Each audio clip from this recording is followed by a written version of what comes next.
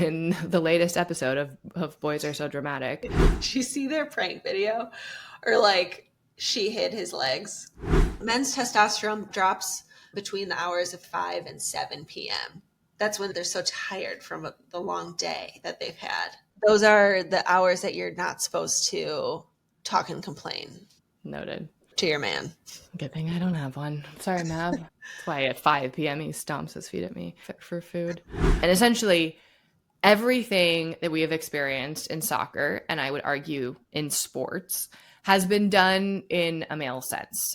How we coach, the content on how to coach, the broadcast, how we create experiences around sports, how we market it. She essentially wants to completely rewrite this.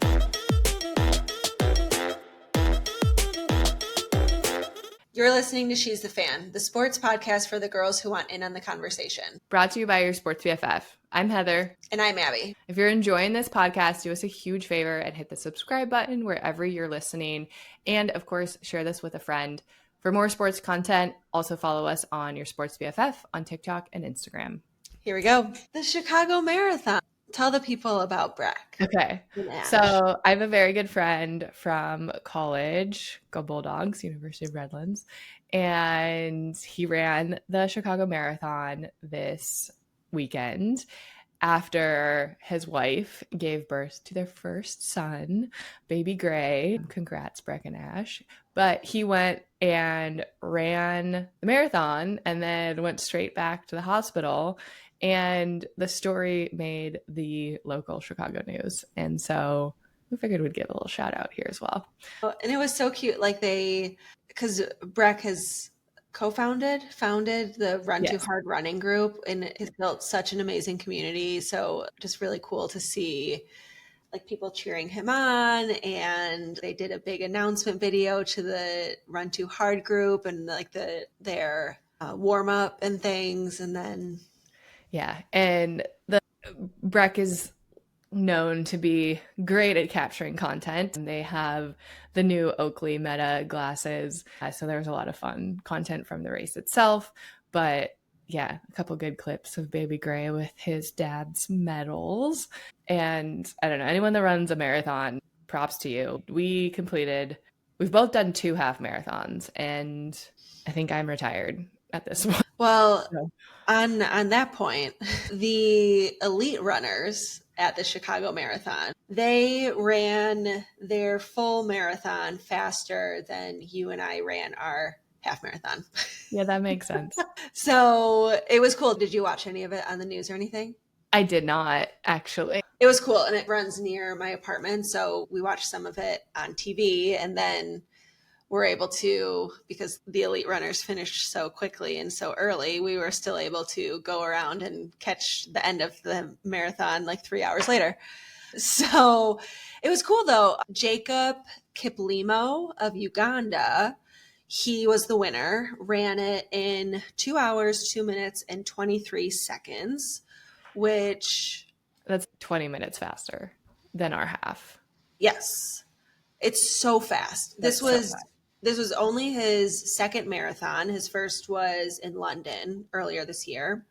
He was on pace for a world record, but around mile 22, he slowed down.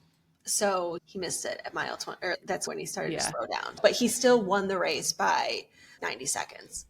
And then we had American runner Connor McDavid finished 4th place, breaking a North American marathon record of 2 hours, 4 minutes and 43 seconds, which is almost a full minute faster than the previous North American record. So that is cool. Okay. A 2 hour marathon pace is like 4.5 minute miles.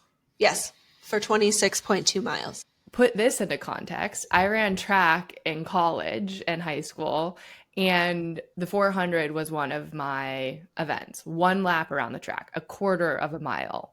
Breaking 1 minute was, at my level and at that age, was great. Nowadays, in the 40s is something. But I cannot fathom running just slightly slower pace as my 1 lap sprint for 26 miles. That is mind-boggling. It's crazy. They run so fast and they run it. They don't hardly look like they're working hard. No. Bananas. Also, so on the women's side, I'm probably mispronouncing all of these names. Howie Feza of Ethiopia, she won the women's race at 2 hours 14 minutes 56 seconds. She is the fifth fastest woman ever. And we were watching her, and because they run with a pacer. And what I didn't look up, which I should have looked up, is are they running with the same pacer the whole time? Because I don't think so. Like it seemed like her pacer changed, because that would also be crazy if these pacers were like. Yeah, no, they don't. I think it depends on the type of race and pacer, but in large marathons, they have pace teams Okay, that are that makes sense. assigned a specific time, goal, and aim to run the whole thing. That makes So sense, because we were yeah, literally watching, and her pacer who was running with her looked like it was a walk in the park, and it was probably because he was only doing 1 mile at her speed. So that makes me feel a little bit better that the pacers aren't just also out there setting records and not getting recognized for it. yeah, no, that makes sense. I think for shorter, like for example, Faith Kipyegon, I believe, something of that sort. She's a mile runner. She was the one that did the Nike first woman to try to break the 5-minute mile. Is that right? 4-minute mile. What? I don't Faith know this stat. Kipyegon, Nike, the 4-minute mile. It's like 5 is way too slow if they're running 4-minute pace for a marathon. Yeah, she's trying to break the 4-minute mile. This was back in June, and Nike essentially designed a full suit for her on a track, like everything aerodynamic, built to support her. She ran with 5 men pacers for the full thing, except like the last little bit. And she had a full team around her to try to get this accomplishment.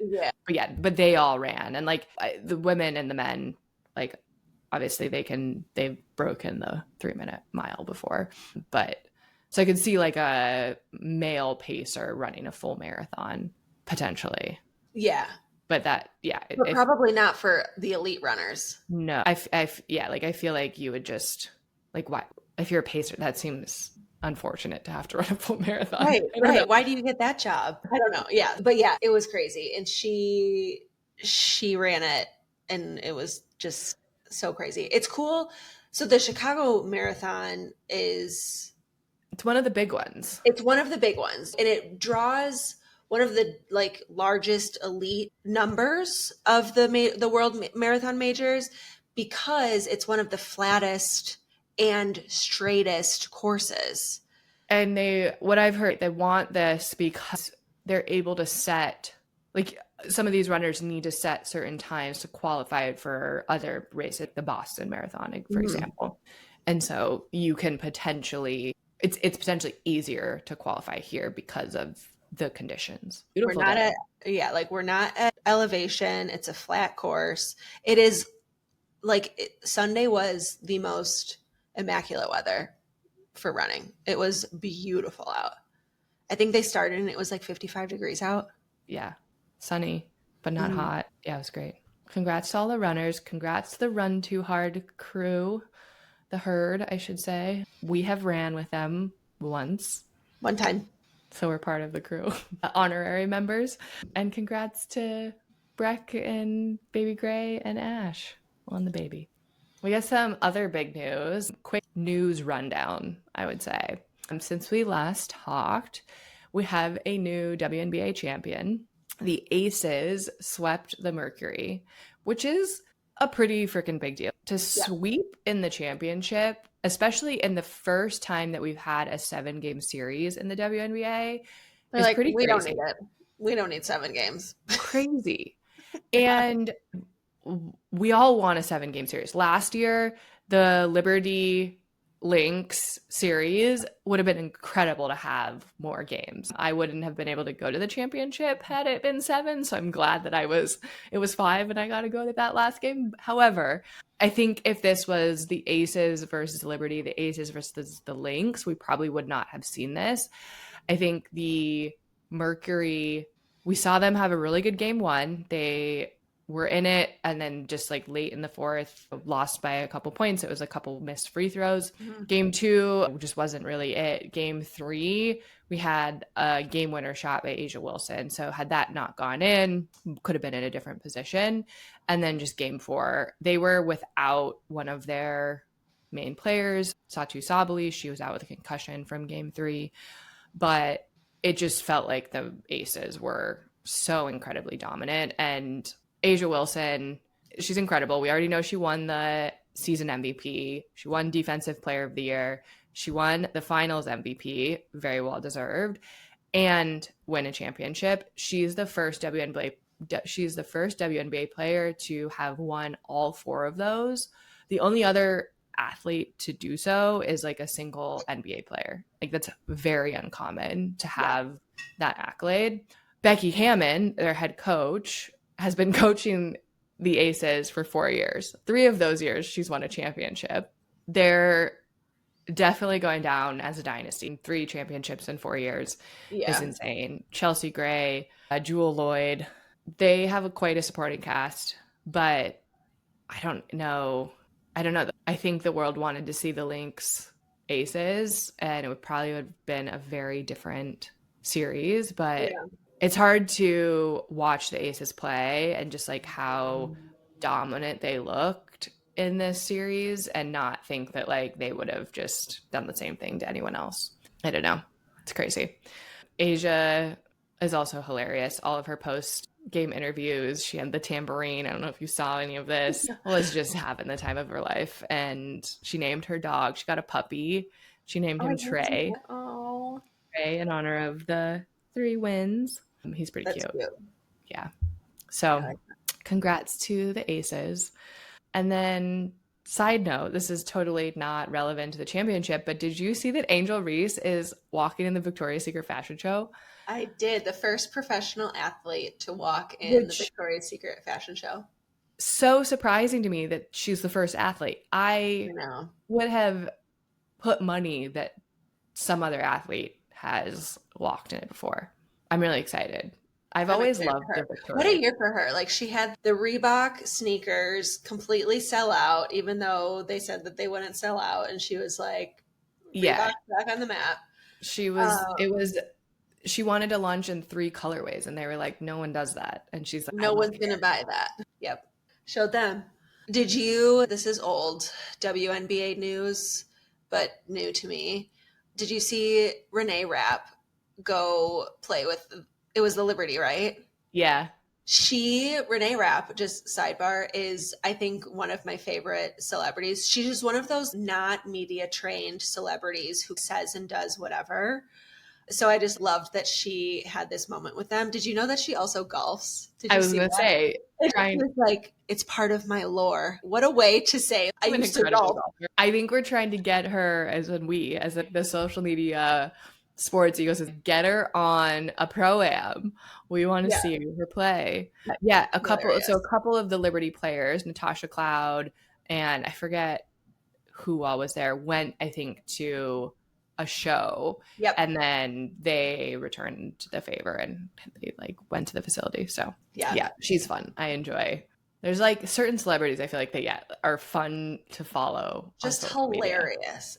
Like I feel like Dakota Johnson is another one of those who like never got like no media training, just says whatever weird stuff and people love it. Add Pedro to the mix. Yeah. And Dakota Johnson and Pedro in their like press tour, they were hilarious. Did you ever watch that movie? You just swallowed that tea. Some ASMR. It was hot. Did you watch The Materialists? No. Oh. Is it streaming anywhere now? It's gotta be. I saw it. I might have rented it. That's definitely something I would do. It was good, not great. I liked them. Like the cast is incredible. If you want a rom-com cast, it's not really a com at all. It's a romantic drama. It's not a com. I know. Rom-com is my default for anything rom. It was good, not great. I feel like it was one pace the whole time. You know how movies usually have kind of it was pretty even. Yeah. I think that like Dakota Johnson does movies like that are just like flat. But it wasn't bad. Like it wasn't flat and bad. Oh, But it just wasn't. one of my favorite movies is a flat movie, About Time. Oh, that's so good. That's I so don't know good. if I would. I don't know if I would describe that as flat. But it's not. It's not loud. It's not a loud movie, but I don't think it's No. flat. But I would say that it's if there wasn't time travel in it, then it would be a flat movie. If there wasn't time travel, there wouldn't be a movie. It would because it's just life. Yeah, but there's like the whole plot. I don't know. That one's not as flat to me. Okay, you got to watch. Okay, yeah, I haven't seen The Materialists, but yeah. Anyways, save this for our movie podcast. Yeah. We somehow always get on these long movie tangents. It's a sports meets culture podcast, so it's relevant. But also weird because I watch 3 movies a year. Valid. I watch a lot. It's okay. I can educate you on sports and movies. Sports and movies. Sports and movies. Okay, let's get back to the sports part. Angel, we're excited to watch the Victoria's Secret fashion show. I loved the Victoria's Secret fashion show as a kid. Oh my gosh. Like college, I feel like we would sit around and, well, I guess watch it. We didn't stream. Maybe it wasn't streaming. I feel like we would get together as a group and watch it live. Yeah, we would. Heaven forbid it wasn't DVR'd if I had like swim practice or something. That was always the worst. And no, loved it. It was the best part, like best thing. I'm excited. And now it's going to be even better with Angel Reese. I know. Her side hustle that makes her 10x what the W pays her. See those comments? Some troll was like, why don't you just stick to your your real job or something? As in, like she was modeling or something, and some troll on the internet said, yeah, why don't you just stick to your real job? And she goes, my real job or my side job pays me like millions of dollars compared to my real job. Yeah. So it's a double-edged dig at the W. The rookies, she's on her rookie salary still, and it's not, there's a lot of work to be done on that side. Victoria's Secret fashion show. Let's get her some dough. I know.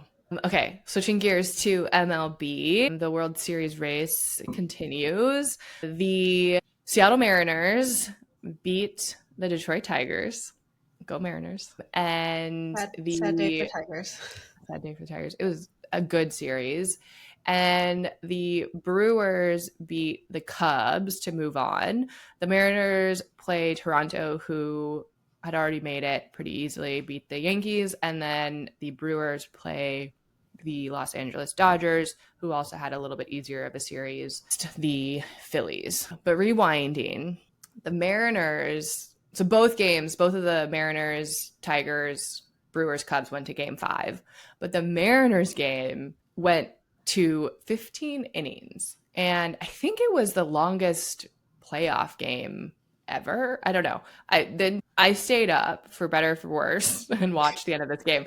I already told you this story, but I was Friday night on my couch watching a movie and fell asleep, and I woke up and was like, ooh, let me go crawl into bed. And I was like, oh, there's like an inning left of this game. It's tied. Let me turn it on. Sure enough, an inning goes by, 2 innings go by, 3 innings go by, and it's like getting a little late. I can't turn it off now. I'm already like in it. It's got to end soon. And it didn't. It went for 6 extra innings. I went to the 15th inning. I think I was up till midnight at Central Time. Everyone at the stadium was on their feet the entire time. It was not just like a 3 outs next, 3 outs next. It was like bases that get loaded, 2 on, 3rd out, double play. Like it was an action-packed 15 innings. And then the Mariners went to Toronto, like immediately had to fly to Toronto and play 2 days later. And they won both of the games in Toronto. Last night they won 10-3. That's crazy. Yeah. And like Toronto had a lot of time to rest. The Mariners went through all of their pitchers and had their starting pitcher have to come back in the 15th inning to pitch. Like that's not good. You're going to be tired. Yeah. Wait, but I just looked this up. Longest MLB playoff game was an 18 inning game in the 2018 World Series between Boston Red Sox and LA Dodgers, the game lasted 7 hours and 20 minutes. Yeah. Thankfully, we have a pitch clock now that has sped up the games. But before that, yeah, I would have been, there's no way I probably would have even turned on that game. It would have been still like the sixth inning. I don't know. I have 15 innings, longest playoff game, question mark, because the announcers, granted, it's midnight. I'm taking notes on what the announcers are saying as I'm watching this, but they kept mentioning like longest playoff game. I wonder if it's like the longest in the like ALCS series or something. I don't know, but I'm impressed. It was a really good series. The Tigers. It was a really good game. That game 5. I keep hitting this. It was the longest winner take all game. Okay, so like game, yeah. That makes sense. I was like, they kept talking about longest something. And then the Dodgers won last night. And let's just check the score real quick. The Dodgers are up as well right now. So tomorrow they might be up 2-0. We might, and that's, I think, what I'm rooting for, a Dodgers-Mariners World Series. And who would you choose then? Mariners.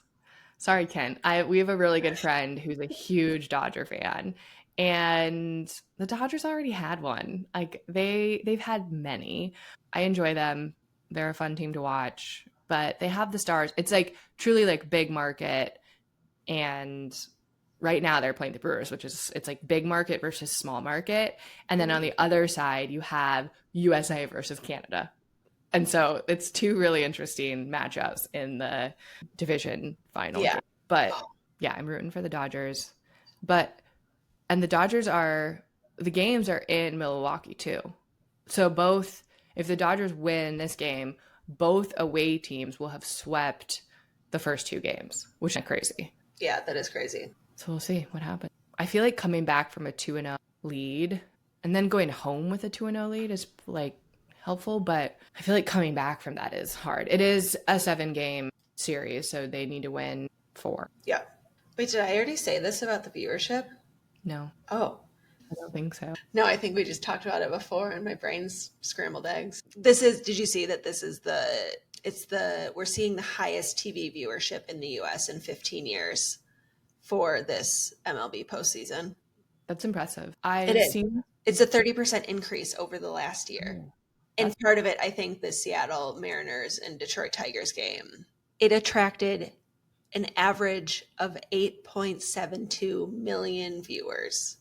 Wow. Which is crazy for just one game. That's crazy for 2 like relatively smaller markets. Not that Seattle is like that small, but I would think so.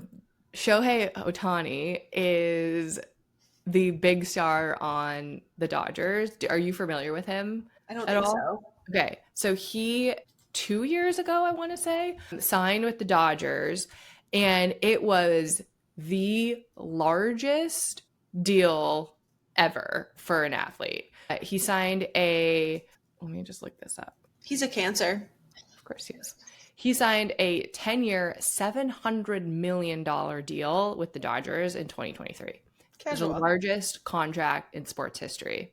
A lot of that was deferred payments, so not necessarily paying up front. $700 million. He is a pitcher as well as a hitter, like a really good hitter. So last season, he had 50 home runs, which is a huge milestone. Not the most of any like player, but just that's a big year. Yeah. And then he's also like top tier pitcher. So he's like very much a dual threat, which is why he's worth so much. He also brings the like international audience in as well. And so that's not surprising that like with him of these big deals that the viewership is up. I would have expected that to be more on the like the Dodgers side versus the Mariners Brewers game. So yeah. Interesting. Even more push than to have a Dodgers Mariners series. Yeah. Be fun. We'll have to watch some of the World Series games. I know I keep saying this, but we have yet to watch any of the games we've talked about for those listening. That one. The Niners game? Yeah. We did just one. We did that one. We'll watch some of the World Series. We're busy people. We're busy people. Okay, and then last like news highlight, the Athlose track event. Have you seen anything about this? No, I know nothing. Okay. What does that even mean? Okay, so the Athlose track event is a newer all women's track event that Alexis Ohanian, aka Mr. Serena Williams, started with the goal of really changing how women's sports events are designed and built from the female lens. This actually is a really good segue into another topic later in the day, but he wanted to really highlight women's athletes. So it's essentially a 7 event track meet. And this is the second year they've done it. Last year they put it on as well. And it's really cool. They do the 100-meter hurdles, the 100-meter, the 200-meter, the 400-meter, 800-mile, and long jump. This year, they set up for the qualifying round for the long jump. They set up the long jump in Times Square. And so I did see that. Yeah. And so these women are running down like a raised platform, long jump. It was really cool. I mentioned earlier I ran track. I did long and triple jump. That would have been so cool to jump in. But it's all like his whole thing. He's a very heavy investor in women's sports. And with this event in particular, he really wanted to, put it together from the female lens. So he is asking what these athletes want. Last year, Meg Thee Stallion played at the concert. This year, Ciara played. They like all are recommended and like wants from the players of who they would want to see perform. The women who win get a Tiffany crown. Serena Williams crowned them. It was a really cool crown. Plus a casual $60,000 check, which for a female track athlete is a lot. And I heard him talking in some clip that he wants to try to make it almost like an F1 event. So this like under the lights, night, prime time, music, all this stuff around it. The players each get their own, I guess like the runners, athletes get their own walkout song. And yeah, it's just like a very cool women's only event highlighting some of the best athletes out there. So it was a cool one. I add it to the list of bucket list sporting events that I want to go to. But yeah, I'm excited to see how it grows, if it'll stay small like this, if it'll add other events. I feel like this year it got a lot more coverage. The Times Square. Yeah. I really thought the entire thing was in Times Square when I first read that. And I was like, how are they going to run the mile? Do they have like a track? Is it like a straight track or like, is it around a city block? How's this work? Which would be wild if they had a 100-meter dash down Broadway. Oh my God. That would be crazy. That would be a logistical nightmare. I would think so too. But I would think like setting up a long jump pit in Times Square would also be a logistical nightmare. Give the girls what they deserve. That's exciting. I like that. Yeah, it's an exciting one. Faith Kipyegon, who we mentioned earlier, she won the mile. Tara Davis Woodhall won the long jump. She's married to the Paralympic runner. Oh, yeah, they're the cutest. I know. I love them. Incredible couple. They're fun. Social media follow. You see their prank video? Or like she hid his legs. What? I think he like made her mad or something and he was in the shower and she hid his legs on like the top shelf to him. Oh, that's funny. I did not see that. That's incredible. I think that was like, it was like an old thing that I saw. Too funny.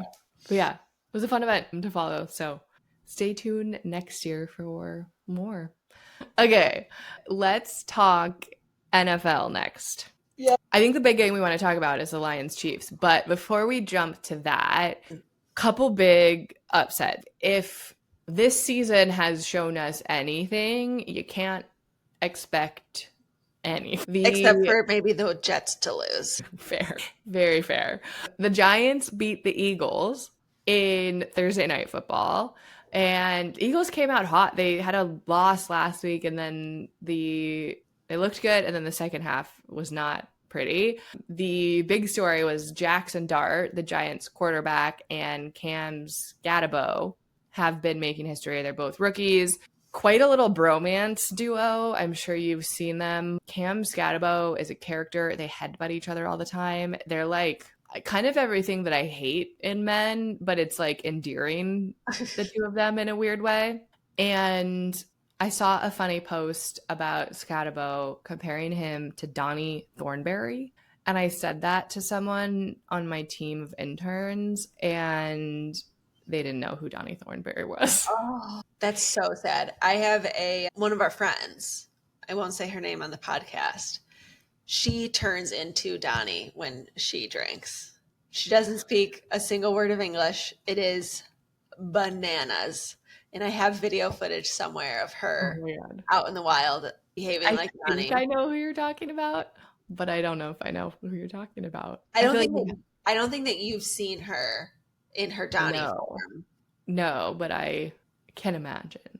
And if we're thinking about different people, I very much can imagine this person taking on this personality. But we'll converse after. I think it will surprise you. I think you're thinking of someone else. Oh, okay. But yeah, I thought that was the best description to try to describe this character of a human to you. Funny. He is just an interesting football bro. And there's not much else to say about that. But they're an interesting story. I don't know. I'm not bought in yet. They're having some good games, but I think there's a lot more I need to see. And then last night, Atlanta beat Buffalo.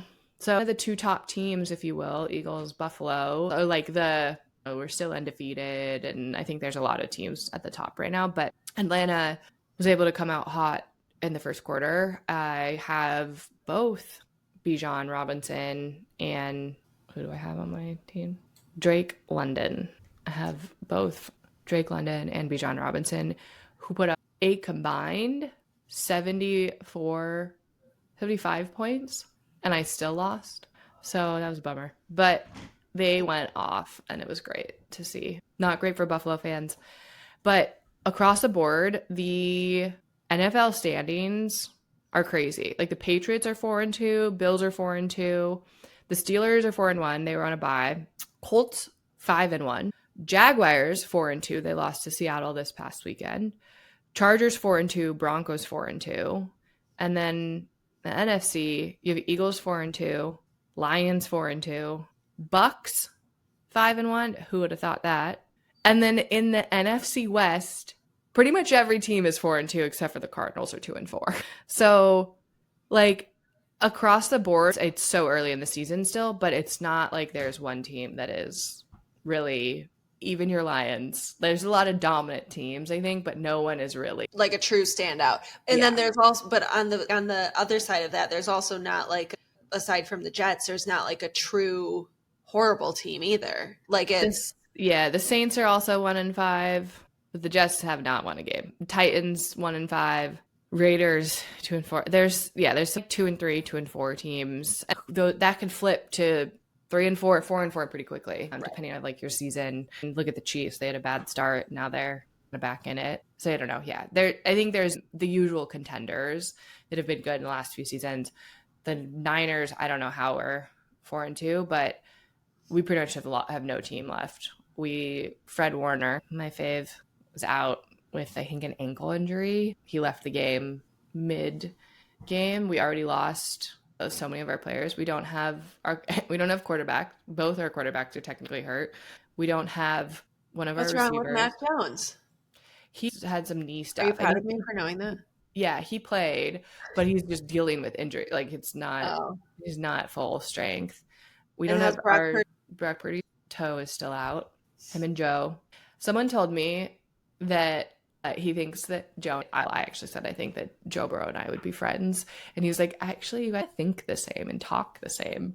And Joe's known for being very kind of flat and not the easiest to interview and just like weird answers. And I don't know.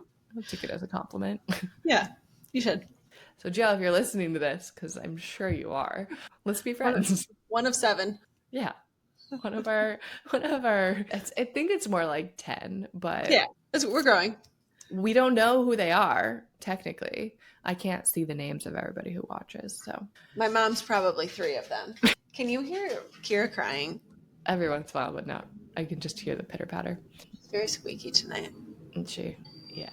Anyway, let's get into the Chiefs-Lions game.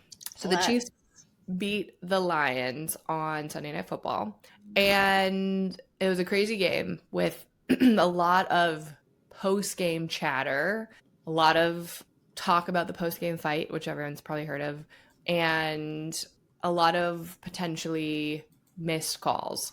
So there was a play at the beginning of the game where Jared Goff scored a touchdown on a trick play, but the refs called it back and called a penalty, which caught a lot of people by surprise. So essentially what happened was Goff lined up under the center. So he hands down or like lines up to catch the ball like they normally do. It's called a T formation, looking like he's going to accept the snap from under the center. But then immediately when he got there, he went into motion, which is essentially he runs and moves, and he went off to the left side before the ball was snapped. And the snap went to a player behind Goff.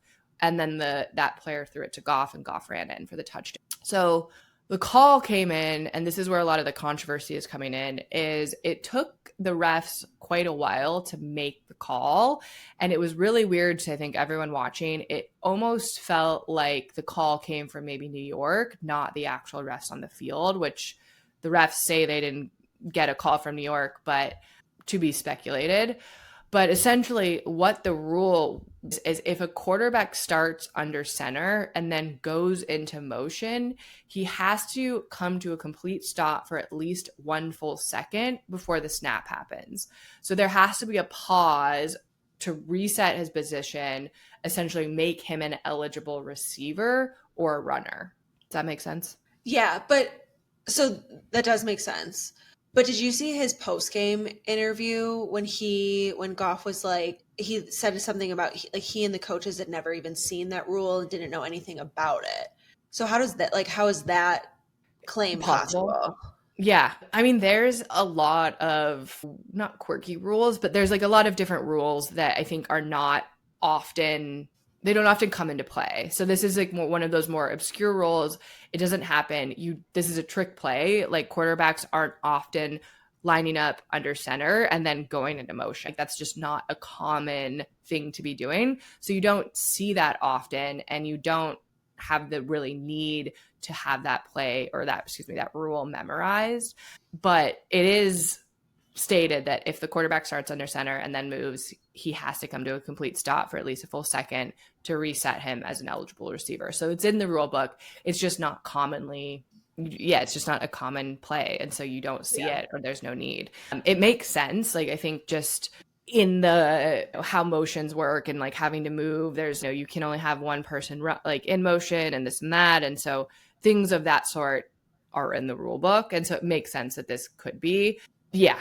I don't think it was like in no way were the Lions intentionally ignoring the rule or trying to get past it. It's just a rare situation where they incurred it. But yes, it's something that kind of caught everyone off guard. There was also some issue with even if it was a penalty, should they have gotten the ball back? And then also one of the defensive players was potentially lined up offsides or like in the neutral zone. And so there should have been a penalty potentially on Kansas.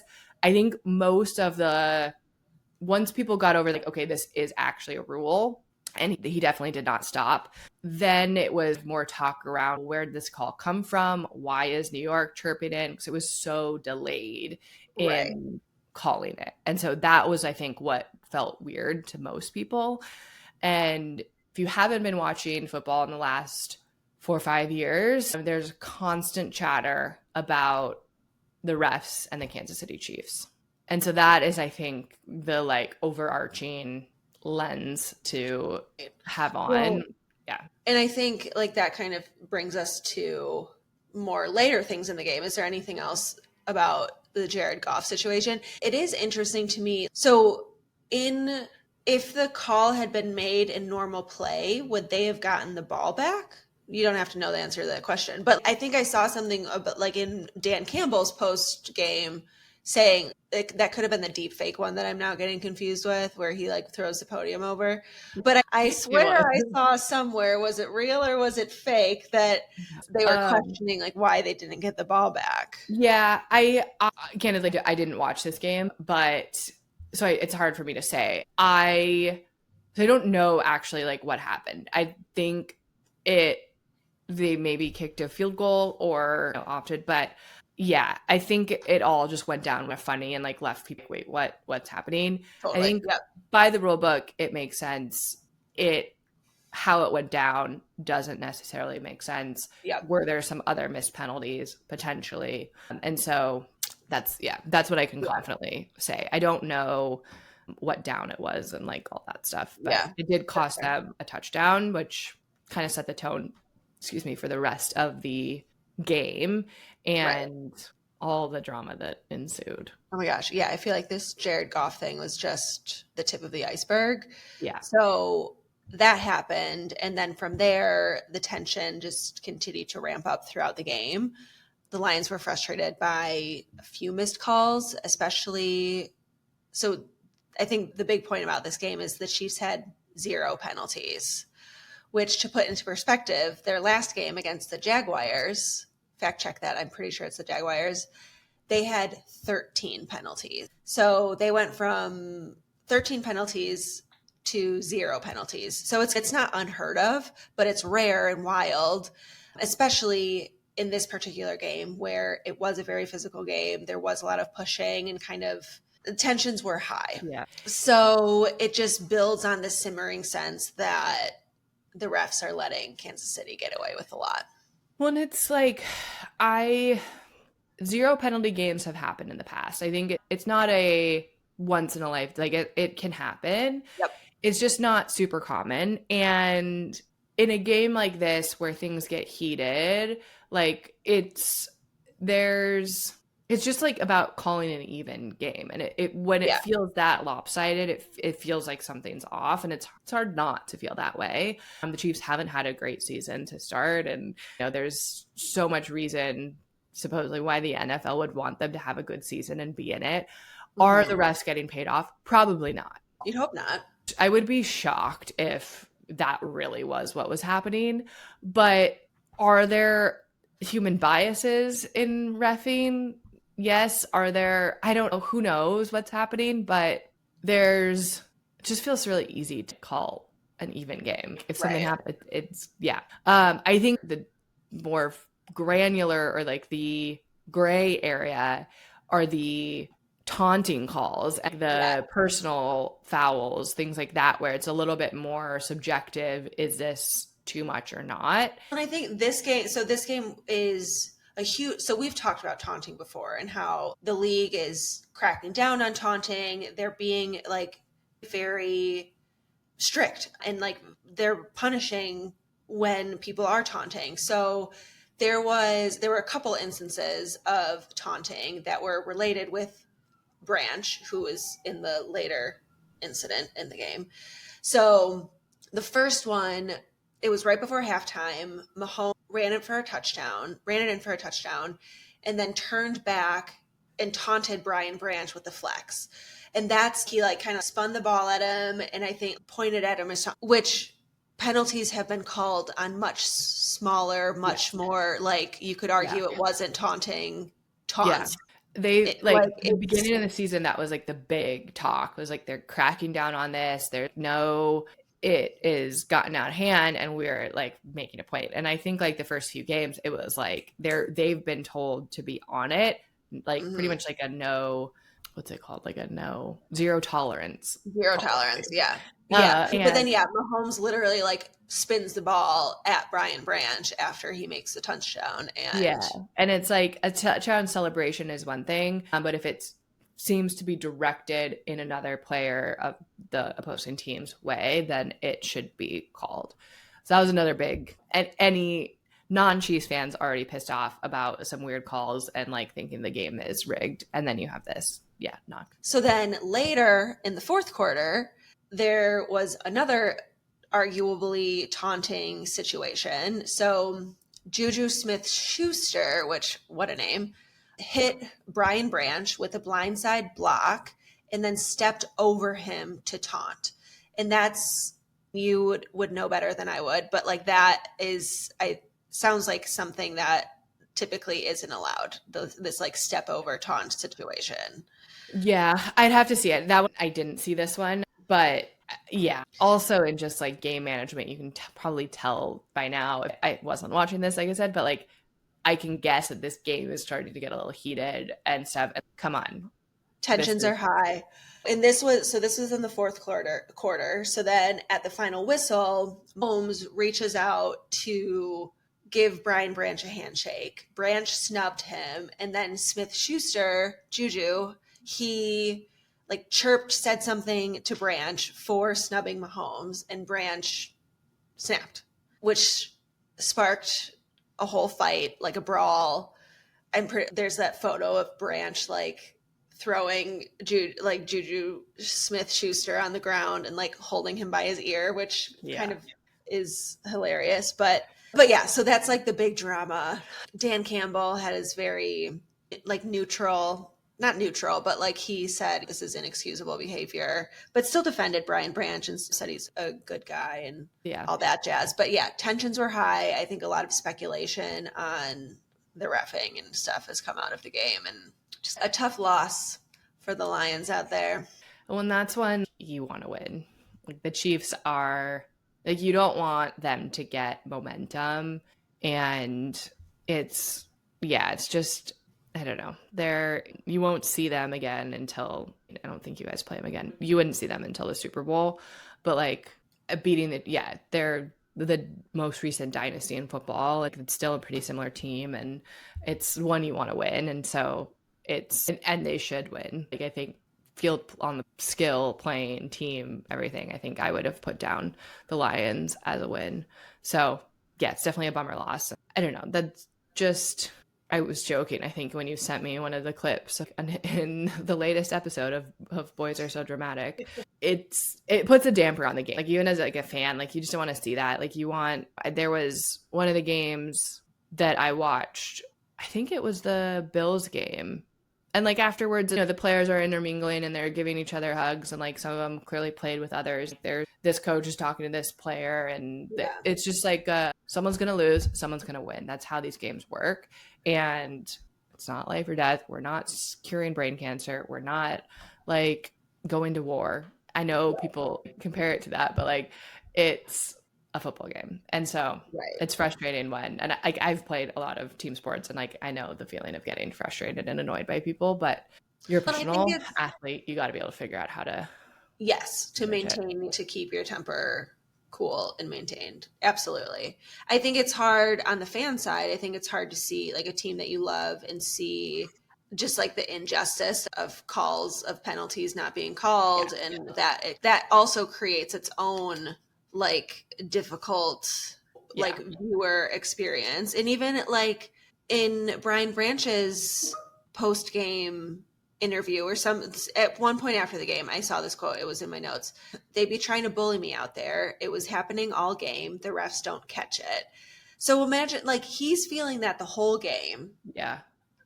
Inexcusable. Yes. Agreed. It wasn't the right thing to do, but also don't blame him. I know. And refs really can, like, this is the problem in the WNBA right now, is like there's really inconsistent reffing, and it's frustrating when it seems to always be in favor of one team. Yeah, but it certainly doesn't help the narrative that. No. And it also, like the whole thing in the WNBA was Kathy supposedly said the only teams that complain about the refs are the ones that lose. Maybe they wouldn't have lost if the reffing was even. Like that's the whole thing. And we don't want players to get hurt. We want the game to be fun for everyone. It should be a competition and intense and what it is, but it shouldn't be harmful and getting to this point. Like I think this is very preventable, and like the refs in my mind did not do their job. And I think that at the end of the day, even if it was a 0 penalty game, there still should have been, like, if it truly was a 0 penalty game, fine. But like the refs, I don't think it would get to that point. Like that's very preventable. Yeah. To not have a fight with supposedly blood on the field. Is what I saw. Ooh. Yeah, I do think that Juju got like a bloody nose or something. It was his blood on the field. Yeah, I just saw the line. I saw some fans like trolling, like on Instagram, of trolling him. Of this is negative ego points. Just seeing the photo of Juju Smith-Schuster getting absolutely manhandled to the ground. We don't condone violence here. We don't. Anyway. Except in hockey, which is a good transition, even though we're not talking about any fights. Biggest update of the week. I won my first fantasy hockey game. That's very important. You should have led with that. My biggest fear in any fantasy league is like just not winning a single game. So that was good. It's always good to win the first one. You're better than the Jets. I am better than the Jets. I just got a lot more games, a lot more weeks to play. Okay, but what I wanted to talk about is I have a little player profile on Connor McDavid, who is on my fantasy team. I'll throw that in the mix. That was not in my notes, but he is. And he made a really interesting move in the last couple of weeks that I think is just like really interesting to talk about. So we'll get to that in a minute. But first, who is Connor McDavid? He is known to be one of the best players on the ice. He is known for his skating ability. Like he can just maneuver around on the ice. Incredible. He has an insane hockey IQ and just like one of those guys that I feel like is superhuman in how they can see the play and everything come together. He's been compared to Wayne Gretzky and Sidney Crosby, who's not that far ahead of him, but two major greats of the game. But he's been in the spotlight since he was a little kid, like 8 years old, little kid. He was dubbed like the next chosen one, essentially, if you will. He was always playing against kids 3 years older and would dominate those leagues. At age 15, he was granted exceptional player status by Hockey Canada, just the third to ever receive this designation, which allowed him to join the Ontario Hockey League a year earlier than usual. So he's just been able to like get into all of these fancy leagues and play at such a young age. And so he's had eyes on him truly forever. He became the first overall draft pick to the Edmonton Oilers in 2015. He has since led the Oilers to the Stanley Cup final in 2024 for the first time since 2006. That season, he won a Conn Smythe Trophy as playoff MVP, even though Edmonton lost, which is, wow, this would be like someone on the Mercury winning instead of Asa Wilson. And so, yeah, he won the MVP despite the loss. He then also led them to the finals again last year. They lost again. He's set records, including fastest skater at all-star events. He's joined Wayne Gretzky as one of the only players to win MVP unanimously. He also last year helped Canada win the first ever Four Nations tournament. He scored the go-ahead goal to essentially seal the win. But he doesn't yet have a Stanley Cup, which is where like the news comes into play. He wants one so badly that he signed a below market contract extension to give the team a 3-year window of financial flexibility. So what this means essentially is he signed a 2-year, $25 million extension, which is $12.5 million per year on average. That is essentially like a huge discount to what he could have made. He could have pushed that up to $20 million a year, which would have pushed the team to like their salary cap. And so he is essentially saying, I'm going to take less money so that my team has cash to go out and make sure that we're signing good players alongside me because I want to win the Stanley Cup. Which is that makes sense to me. Yeah. In my mind, 12 million versus 20 million isn't that big of a difference. You're already making a ton of money. He's already made a ton of money throughout his career. And like the one thing he is missing, and to be at the top of your game, but to be like, he's Canadian, have Canada watching you from age 8, expecting you to be this next, essentially like Wayne Gretzky. And to go your whole career and never get a Stanley Cup would be like the last 2 years in the finals. I've wanted the Edmonton Oilers to win just because of that. Like I can't. Yeah. It'd be like seeing LeBron never get a ring, or Kobe never get a ring, or Jordan never get a ring. Like it truly is that equivalent. And so for him to take less money so that the team essentially can have financial flexibility is very much not near the norm. Major athletes, like superstars, get paid. That's just always what's happened. Yeah. And often the max that they're allowed to get paid, way more in other leagues than the NHL. And they very much should be paid. But like my big thing, like why I brought this up, it's really interesting. I'm curious how it will play out for the Oilers, but also, is this going to set any new standards? Should top players be thinking about this? If you're LeBron, do you need a max contract? Because you're making a shit ton of other money on everything else outside of basketball play. If you took less, would that mean you could bring in other people? Is this going to make more super teams? Is this where does it go? It's an interesting way of controlling, feels like too strong of a word, but of controlling the narrative, of making like and I would be so interested to know like what those conversations looked like of these are your options, or was he just offered the 20 million version and he said, no, I'm good with 12. Yeah. I don't know. I don't know. Like I don't. It's interesting. Like how was it like his doing to be like, hey, I will take less, and if we go, or was it, hey Connor, if we give you this much, we're going to be maxed out and we can't go after X, Y, and Z. I don't know. That's a really good question. Like, was it from management side? Was it like a mutual? I mean, it was obviously a mutual decision. Whose idea was this? Because it's. I personally have not seen this done. I'm sure it's been done to some capacity. Has it made the news in this sense? I don't know. We'll see how it plays out.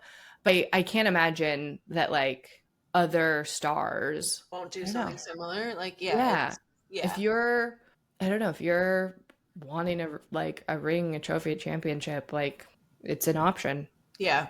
So I thought that was really interesting. I think it's commendable. Like, absolutely. I think that he's putting his team over himself. Yeah. So and still getting 12 million a year out of it. Casually. He's gonna be okay, you guys. I know. Let's get him a Stanley Cup. Get him a Stanley Cup. Get him a lot of goals this season so I can keep winning. But yeah. Do it for Heather's fantasy team too. Please. Be pretty, please. I just think like we needed to get some hockey content in, and what better way to start than a quick little profile on Connor McDavid, because he is definitely one to know in the league. Yeah, I like and that. And now I have another reason to root for him. Okay, last thing, and I think the more fun topic of the week, personally, I alluded to this earlier in Mr. Serena Williams building out events for the female gaze. There's another woman who we're going to profile today, Emma Hayes, who is the U.S. women's national team manager, aka head coach. She is making news and like more recently has come out discussing her plans to essentially change everything about women's soccer and how we think about experiencing it, coaching it, everything from the female lens. So we're going to do the same thing. Let's rewind a bit. Who is Emma Hayes? First up, she is one of the most decorated managers in women's soccer. She's known for her transformative leadership at the Chelsea FC, so in Europe. And then more recently, she moved to coach the U.S. women's national team. She led Chelsea to 16 major trophies, including a record 7 women's Super League titles, 5 FA Cups, and 2 League Cups, all big things in the world of soccer. She took charge of the U.S. women's national team in June 2024, which was like right before the Olympics. I don't know if you remember this, and then essentially led them to the gold medal in the Paris Games. And then she's won essentially FIFA's Best Women's Coach award twice, 2021 and 2024. And is already in the National Football Museum Hall of Fame, which I think is always crazy if you're actively doing your job Yeah, as a like player still or coach. doing it. Yeah. Yeah. But essentially, what she's been questioning this whole time as she's coaching is, why do we coach the same way we coach men? And essentially, everything that we have experienced in soccer, and I would argue in sports, has been done in a male sense. How we coach, the content on how to coach, the broadcast, how we create experiences around sports, how we market it. She essentially wants to completely rewrite this method, movement, matrix, all of the things to essentially build out soccer through a female lens. What this means, and what she's calling it, is essentially the women's national team way, the WNT way. And it's going to be a female blueprint to win and set the bar for the global game. Essentially, at the heart of the idea is, rather than just accepting anything as a general rule of truth, she's going to question it and try to essentially understand, does this make sense for women? So everything from women's bodies and the menstrual cycle, and understanding like how the hormones of a woman can affect their day-to-day life, their play, even everything from talking about emotions and feelings and what everyone's going from. She's been one to go through a lot in her life with pregnancies, children, hysterectomies, etc. And she's not been one to shy away from talking about it. Yeah. And I think that bleeds into kind of the core of who she is. But she's had experiences where she's like, why does everyone look so flat? And it's like, oh, everyone is just pissed off, cramping, and hates each other. And so how are we going to play good? So understanding that, things like more women are going to get hurt on their period. Like ACL tears are more likely to happen when you're on your cycle or when you're on your period. Things like that, she's essentially just ingraining in. And then also things like the actual play of the game. So how women score, where they score from, how they should move around the field, the different set plays, all of that stuff is so nuanced and different in the women's game. Yeah. So interesting. And it's hard to to believe that it hasn't been done already. But because you can see like in a woman's cycle, the hormone cycle of like just energy, just strictly energy, that is a true and if your whole team is playing in their luteal phase, then they're all going to be tired. They're all going to be cranky. They're not going to be on. It's not going to be their best performance. And if you ask, you go. I was just say, if you were going to ask any women, they would say, yes, I felt tired. I felt like everyone. It's not just, oh, this happens biologically, and I'm just. It is very physically apparent to every woman I know. Yeah, and I think especially at that level, on like a professional team level, you could probably get so granular on tracking those things. Oh, and she's playing this game, she's sitting out this game, or like that. Like you could you could be so scientific about it. Oh yeah, they have so much data. We have wearables. I have my Oura ring on. In all the sports business stuff I'm doing, I was at a panel talking about like AI in sports. Each sport is very different at what data they can consume during games. Yeah. But essentially like how AI can be used and all this stuff. Like one of the guys was talking about like wanting to really see and understand how AI could support, hey, this player is maybe hitting max minutes on, they haven't rested in the course of these 3 weeks, and like this and that are coming up, like all of this stuff to hopefully prevent injuries and understand, okay, we're hitting this like point of the chance of something bad happening is too great. Yeah. Like, let's adjust. And all of the things like that of how, data points plus AI plus understanding is, it just hasn't been done yet. And I think it was funny when there was like a new study came out there, like, we think that women are likely to get injured when they're on their period. And so many of the like US women's national team players were like, I could have told you that. I've torn my ACL 3 times every single time I was on my period. Like, heck, what? I tweak my neck sleeping every time I'm on my period. And I sleep funny and I can't turn right for a week. Like that is. And then men, so I think this is important to call out, men's hormones reset on a 24-hour cycle. Women's hormones reset on a 28-day cycle. I cannot fathom what it's like to be a man and just wake up the same. It's like, what's the movie called where you wake up, Groundhog Day or whatever, you wake up, it's the same thing every day? Yeah. I don't know. So past their testosterone, men's testosterone drops like around between the hours of 5 and 7 p.m. That's when they're so tired from the long day that they've had. It's 5 p.m. and they're done with work. And that's a low energy time. That's a low energy time for boys. So watch out. Those are the hours that you're not supposed to talk and complain. Noted. To your man. Good thing I don't have one. Sorry, Mav. That's why at 5 p.m. he stomps his feet at me for food. But yeah, so all of this is to say, Emma Hayes, she's awesome. I adore her as a human. She's done so much for this sport. And I think what's really cool is like the trickle down effect that this will have. There's such a high dropout rate of female athletes before the age of 14, linking to them beginning their periods and not enough support within sporting environments around that. For example, there's a lot of trauma in young girls experienced in playing with, for example, white shorts, which have now begun to phase out in pro sports for women at the highest levels. I'd say in soccer. I think other sports are a little behind, but like things like that are starting to happen. And while many would think that maybe it would start at like a younger, like redefining coaching at a younger level and kind of build up, she's essentially trying to like start at the top down. And to me, that makes sense. She has all the resources. The platform to do it. Yeah. If it's going to happen anyway. Yep.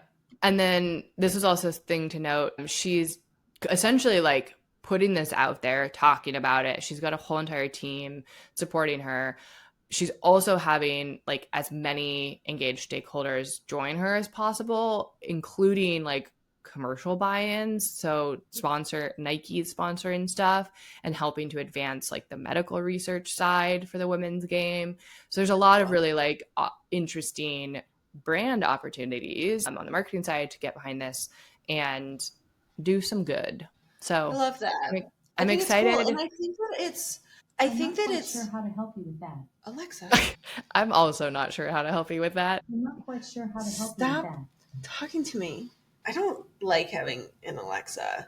I just turned off her speaker so she can't hear me.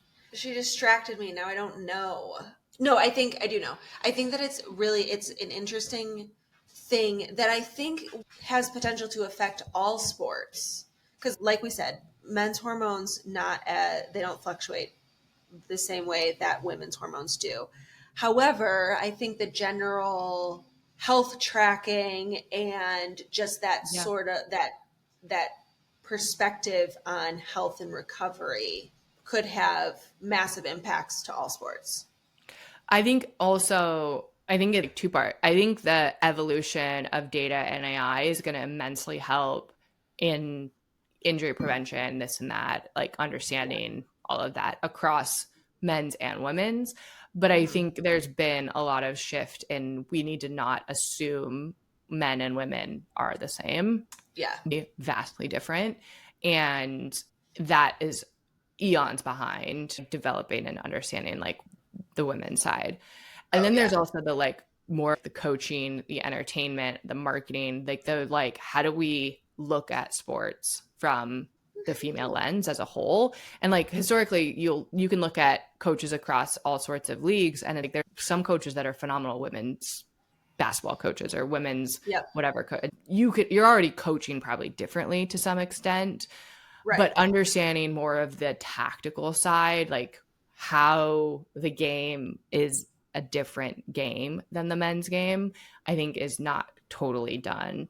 And then the whole fan side, the whole consumer side, the viewership, broadcast experiences, etc., vastly different. So that's what we're trying to do, is revolutionize more of the fan side and bring the female gaze to sports across the board, men's and women's. But yeah, so very cool things happening. It's going to, I think, be a while, but she's setting the bar. It's cool. That's a good tone to end on of the, it's cool to see just the progress being made. Yeah.